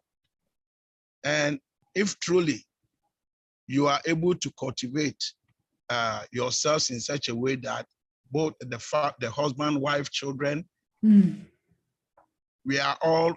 see ourselves as devotees of Krishna, and we are living together as such, then what is the point of trying to leave the association? Because practically speaking, I mean, myself, like I'm a pujari and I wake the deities every day. But even though sometimes people like push my ego by telling me, oh, you do good. Every day you are able to wake up and come and wake the deities. But the truth is, my wife is my alarm clock. And she never misses. There's never a single day that she will miss unless she's sick. Exactly at the point that I have to wake up and go take shower and go she wakes me up. She's my alarm clock. So why would I abandon her? Why would I say, oh, let me leave her and go and pursue Vanaprastha, another spiritual life, when I have that spiritual life right under my nose? Absolutely. So that my question is, yeah, that is where my question is. If but we don't have to leave the association of devotees, no, you don't. I have devotees all around me. Why should I leave? Exactly, but that's what Prabhupada said. You don't have to. He says if your home is devotional, you don't need to leave. Yes, Mother did say that. Yeah. Prabhupada said this. So your comment is in line with Srila Prabhupada, and your setup at home is perfect. Yeah. Well, we should be enthusiastic if we are surrounded by Vaishnavas in our home. You know, why play to the stereotype of the householder? We want to play to Krishna and Prabhupada's not version, but reality of Grahastha life, where we are each other's association, where we can have the 6 loving exchanges with each other joyfully, so joyfully that everybody else also feels like having families like that. Then the whole community becomes like that. And then you've got, you know, the leaders of the country brought up in families which are devotionally steeped in, you know, spiritual affection, and who don't need to or want to leave home, because every home is like a temple. It's really powerful, really powerful. We actually need more. Actually, in Spiritual Warrior 2, there is my Siddhartha Maharaj looks at this point of affection, intimacy, family life. And he says, actually, what we need on this planet more than anything is healthy families. We need healthy families where there is a genuine appreciation of each other. And the 6 loving exchanges are the foundation of that. How it's externally expressed needs to be done in a healthy way. I mean, we were, even Bhagavatam looking at the whole Garbhadan Sanskar. Garbhadan Sanskar is not just about the 1 hour or 2 hours before the act of conception. Actually, everything you do, the years, weeks, months preceding that, feeds into it. Your attitude towards your partner, your attitude in the moment, your attitudes around intimacy, they all feed into it. They all feed. It's like you can't go to the gym having had a diet of junk food for 6 months, and then on the day you go to the gym, go, right, I'm just going to have a power shake today, and I'm going to expect maximum results. Whatever you've invested in your diet in the months preceding that are going to influence how your muscles respond to that gym session, not just that one drink you happen to take on that one day. So, family life is, has to be the cornerstone for successful varnashram, because brahmacharis come out of family life. They are born to mothers and fathers. Vanaprastha follows grahastha life. Sannyasis are born from grahastha life. And also grahasthas support the rest of the community. So I'm not on a rampage and mission to go, go grahasthas, go grahasthas. We're the best. This is not about that. This is just, I think many of us have seen that we do have almost a guilt around grahastha life. Some sense that we can't be mission focused or married to the mission if we're married to somebody else, but you can have both. Hare Krishna, thank you so much, brother. I have one silly question. Sorry, please, before you ask, you are the host. I have one question that I can sign out, please. Okay, please go ahead. Yes, it's Mother, please. There is a comment from Mother Mitravindra in the chat room, and I commented to her question or comments. I want you to roll light on that. She was saying that the problem comes when a devotee finds friendship with opposite sex at the temple while married. Then I responded to her, I said, there is nothing wrong when a devotee finds friendship with the opposite sex in the temple who is a devotee. Reason being that we are preaching movement and we are friends to karmics, non-devotees of the opposite sex, just to make them devotees in the course of our preaching. And it so happened, once we make them devotees, we become enemies and see them as Maya, which to me is really a great offense. So my question is, how do we preach from what she's saying? We make every human being, man and woman, devotees around the world. And when they become devotees and live in the temple, you see the opposite sex as Maya. Is that preaching? Why would we make them Krishna conscious? Only to abandon them and not to talk to them, not to associate with them, not to have friendship with them. Is that what kind of preaching is that? I hear your point, and I think, Mitravinda is on the call, so Mitravinda, please unmute if you need to, but she's replied to you in the chat room. She's understood your answer and she accepts it. that, you know, if we of course we are meant to be friends to all, but how do we express that friendship? I think maybe that's something that Hare Krishna. Hare Krishna, there you are. Maybe you can speak this to Krishna Prabhu's point. Do you really want me to do that, dear sister? Briefly. Okay, so I'll try to do this as from a devotional perspective. So fire and butter are great along with sugar and milk and egg replacer and yogurt and all those things when you're making a cake, right? But when fire and butter are getting together in the wrong place at the wrong time, it leaves a mess. Kusha Prabhu. So my comment was based on the temptations of men or women, what have you, becoming friends in a temple environment with new people. Let's just say, you know, we're all really devotees. Okay, that's a fact, because we all have Krishna inside. It's just becoming aware of it is our service as devoted, as servants of Krishna, and following Srila Prabhupada's lead to spread the Krishna consciousness movement.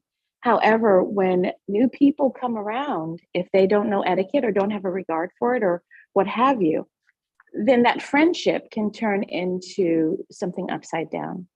And then it can lead that person, you know, into a place that, you know, maybe they feel like they're missing something. And now it's turned into a divorce situation in a community. And, you know, whatever it's turned into. It's not, we all have freedoms. Krishna gives us free will, man doesn't. But when someone wants to do whatever they do, then that's fine. Of course, we know that Krishna creates every scenario. But we really don't need to have situations that are you know, dangerous to families in community situations. There can be different ways of doing that. So a friendship that's private between a man and a woman while the man is married is not best. It's not best. It's not best for the community. And the same for if it was a woman who was doing service with a man while married in a community privately. They're meeting, they're doing japa together. This is not recommended. So that's what I was referring to, Prabhu. Thank you. Thank you, Mitarina Prabhu. That's what I thought you meant as well. And yeah, I agree. But I don't think there's anyone here who would disagree that we have to be careful in our dealings with the opposite sex, even if we are preaching to them. You know, we keep doors open, we meet in public places. We don't sit alone for too long. Otherwise, yes, fire and butter, there's a natural reaction. I think Gail had a question. Yes, Brother Gail, please go ahead. Hare Krishna. Yeah, Hare Krishna. yeah. I hope I can get through this before my battery dies. But yeah, it was most people would probably feel this is an obvious question, but I need to ask it anyway. You were saying that the mind cannot understand the heart. So two things. One is, what does it look like when a mind is trying to understand the heart? And why can't the mind understand the heart?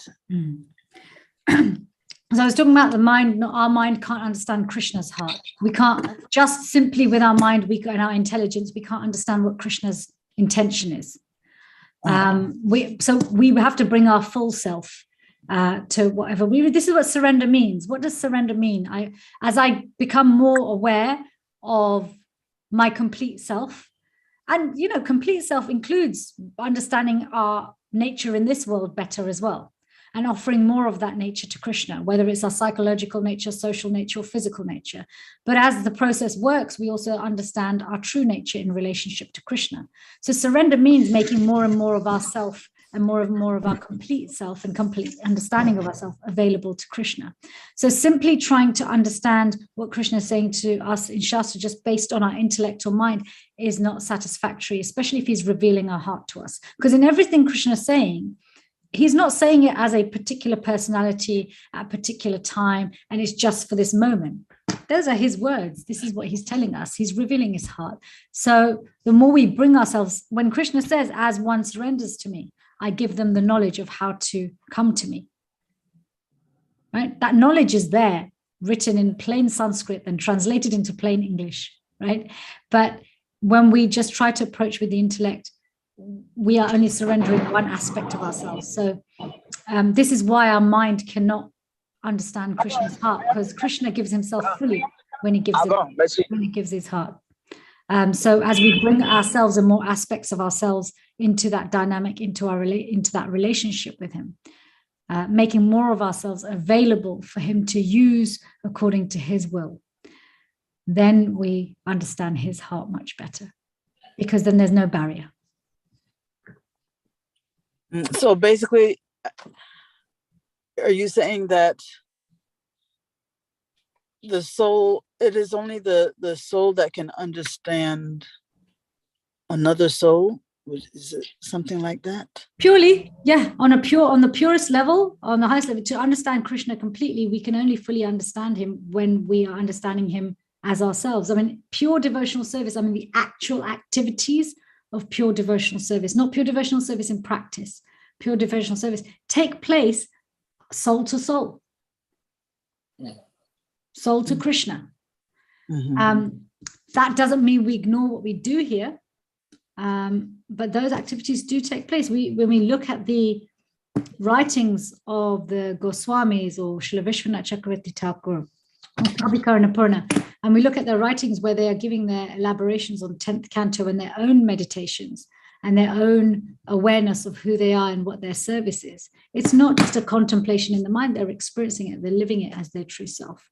It may appear when you watch them that their body is completely still. When we, there's so many things now where we can access when Prabhupada is in trance, when Prabhupada is experiencing transcendental ecstasy. If you just observed him from a distance, you wouldn't know.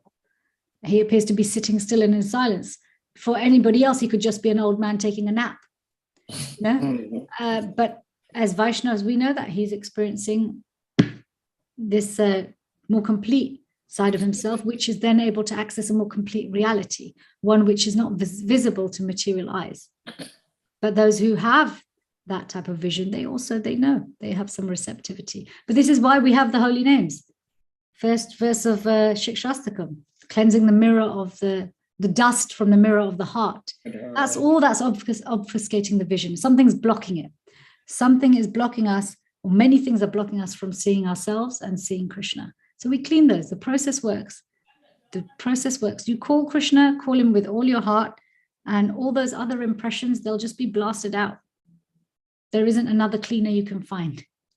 That works as well. Thank you so much, Mother. Shriman Vahar Prabhu, you have something to say? Please unmute. Prabhu, I've got 5 minutes and then I will have to go, I'm afraid. Yes, thank you so much. Yeah, thank you for staying up with us. This is just the beginning. It's a good job I kept my class short. Yes, you did. I think you learned from yesterday's class. Shriman Vahar Prabhu, are you available? Well, I think he's on the road. He's on Hare. Okay. He's on Food for Life. We cannot. Okay. I have a question, but I will reserve it for next time. But you are the. Go ahead. Okay. Okay, Kusha, hold on. Kusha, hold on. Go ahead with your question. My question is a little outside what we are discussing now. It's all right. It seems like we're discussing everything today. So. We're discussing everything, of course. So my question has to do with Krishna has explained in the scriptures the number of species of living beings. Yeah. And like humans, it's just 8,400,000. We are the fewest species. Now, my question is, we cannot deny what Krishna says, but how does hybrid animals and food come into the picture of species? Because the sort of hybrid food and animals we have, like taking one gene from this breed and this, and then bringing it together and then having a whole new creature per se was not originally designed by Lord Brahma, if I'm not mistaken. So how does that not add up to the species or take away from the species that Krishna says in the scriptures? You're right. Your question is very outside of what we're discussing, but I'll try and tackle it. So species, I think it depends how you categorize species. You know, Krishna, when he's talking about the 8.4 million types of life forms, within those types of life forms, there are going to be multitudes. And you look at the way scientists define species, it's different. There's even within science, there's different ways of categorizing species. Okay, so there isn't a consistency. There's not a universal consistency in defining what a species is. Because you have species, you have subspecies, then maybe a new species is born. But coming back to this point about Brahma, everything that Brahma creates, not everything is present the moment he creates it, because he leaves much of the creation to others. So for example, we have the Manus, or the Manvan avatars, and they are responsible for progeny, right? So similarly, a similar power has been given to, based on people's desires and abilities, they want to be able to create new species, fine, go ahead, you do it. You do it in the laboratory, make a new vegetable or make a new type of, insect or flower, whatever it is. So Krishna's creation potency is unlimited. 8.4 million species of life, in one sense, is absolute, but it's also flexible. Depends on how you categorize. Okay. Thank you for your wonderful class. You are awesome. A comment for 1 minute, please. Sure. Maybe you can reach Mother Kamaneya. I'll take Kusha's question. And no, sorry, whose question am I taking? Mine. Because I think Govinda Prabhu is back. Yes. So can I take Govinda Prabhu and Sati? Yes, please. Because yes, please. Sati Mataji has not had a chance to say anything yet as well. Yeah. So Shri Govinda, please unmute. Hare Krishna, devotees. Hare Krishna. Please accept my respectful obeisances. All glory to Gurudev, all glory to Srila Prabhupada. I have two questions. Oh, please, mother doesn't have enough time. It's okay. Go ahead. It's oh, my goodness. Govinda Prabhu, you are special. Mother was just about to leave the class. Oh, okay. Let me ask one question. It's a real quick question. Okay, thank you. The question is concerning Sadi Prabhu's question that he just asked. And you give a very, very nice answer to this very question. But again, I'm wondering that we have, Krishna has created this 8,400,000 species of life. So the living entities are occupied in each body based on his karma, on his activity.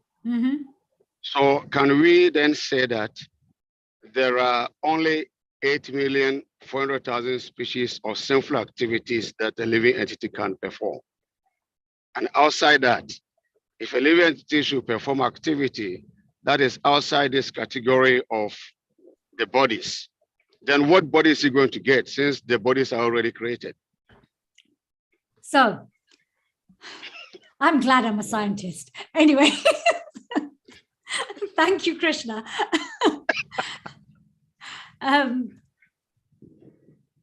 We have to remind ourselves that the Bhagavatam we're reading is for our universe and for our time and for this particular cycle of the 4 yugas. So there are other universes with Brahmas with many more heads, with a different Bhagavatam, with different pastimes, because the Lord plays out his pastimes in different ways. And they may have 10 trillion species of life. Krishna's arrangement is perfect. So if there is not a place for us in this universe because of what we've done, he'll send us somewhere else. But generally, our attachments and aversions are usually for the things and people around us in our immediate life. We're not usually so far out. Okay, so we end up usually there's usually more often than not, there is a setup that's suitable for us within this universe somewhere. So if I understand you correctly, are you saying that the 8,400,000 species is only for this universe? This universe and this particular cycle from Satyug to Kali Yuga.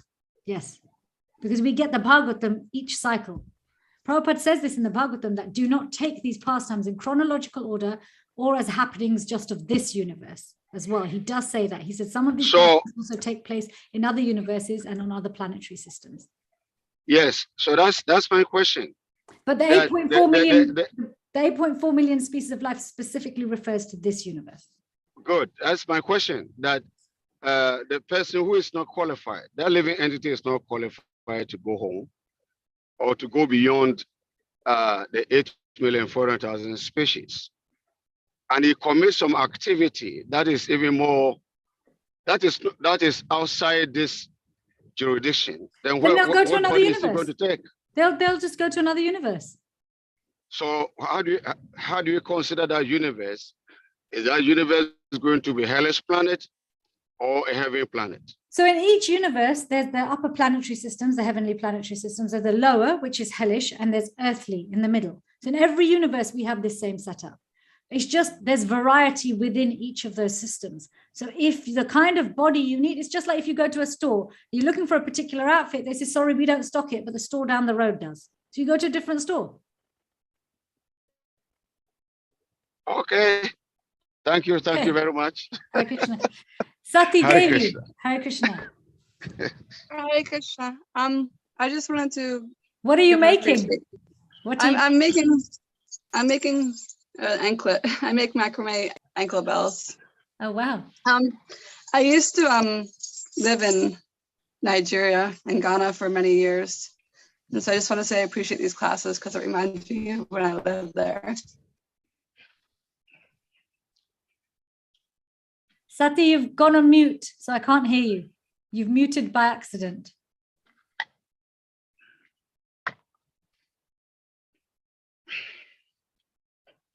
Sahadev, you are also mute.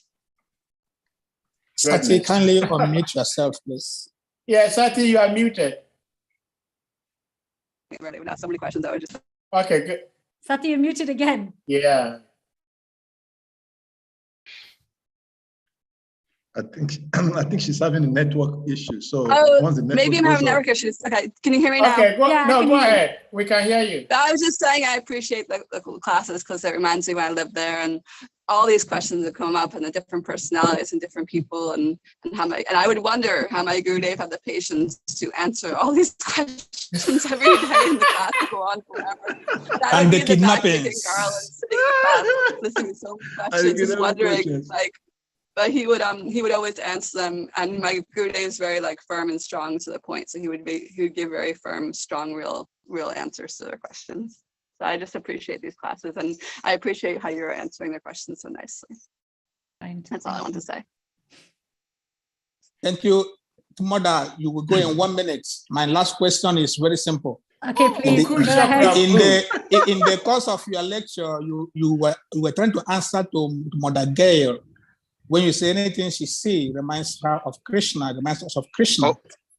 So if you remember that verse when she was asking many questions, anything we see should remind us of Krishna consciousness. So as a stubborn devotee, if I see a beautiful Mataji, is it reminding me of Krishna consciousness, of Krishna? Or am I in Maya? There's a nice explanation that Bhakti Maharaj gives in Spiritual Warrior 2. When the whole book's about transforming lust into love, and in that book he speaks about how a chaste way to, or one way to experience or appreciate beauty in the opposite sex without it being exploitative is to appreciate it as, wow, Krishna is so wonderful that his beauty is manifest in others. Beauty is because, there's a difference between appreciating beauty and exploiting beauty. Exploiting beauty means I want to just enjoy it for myself. When we appreciate beauty, we can also offer some service. and we can offer that service back to Krishna, even that appreciation. Wow, Krishna, you're amazing.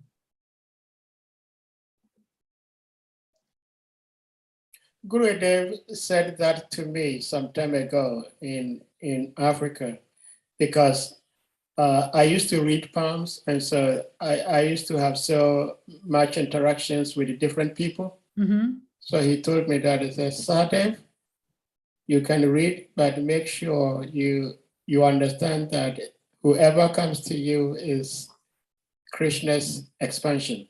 No, it's not meant for your enjoyment. Thank you for your answer. Please, can you get in touch to Mother Kamaneya in Switzerland for your next month class, please? You can choose a date of your choice. Do you mind? Yeah, sure. Hare Krishna.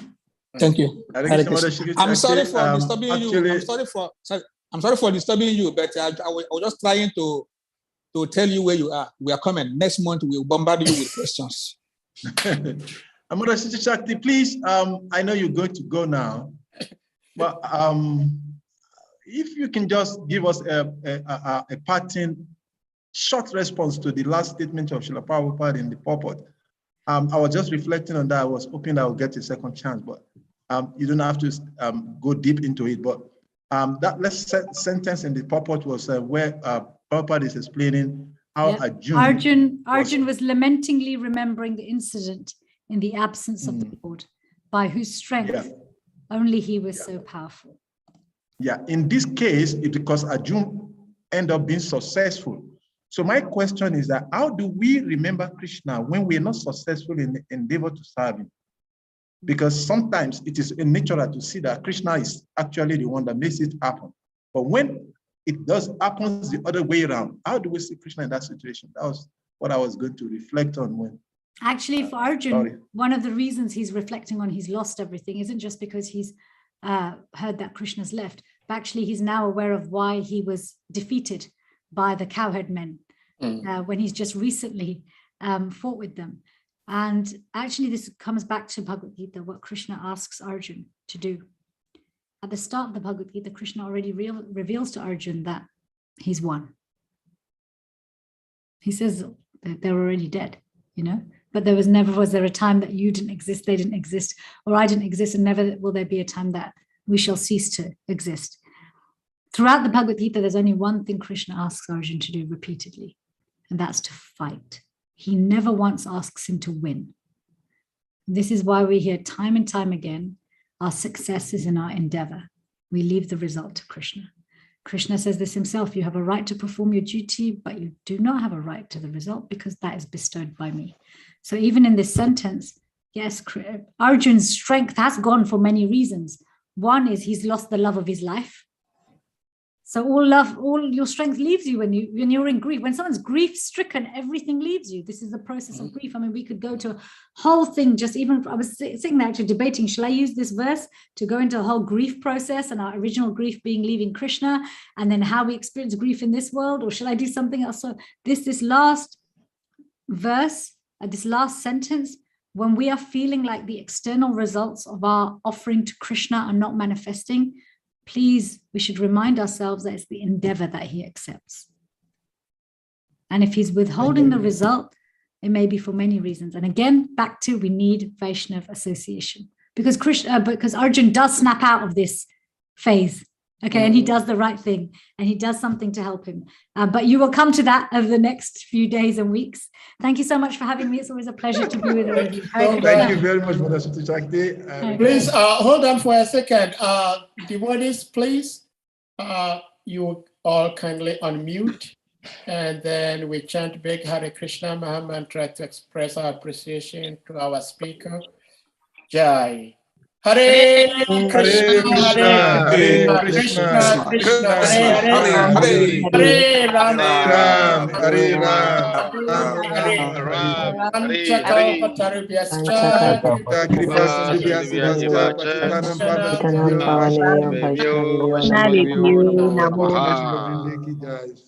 all glories to Shri Shakti Devi.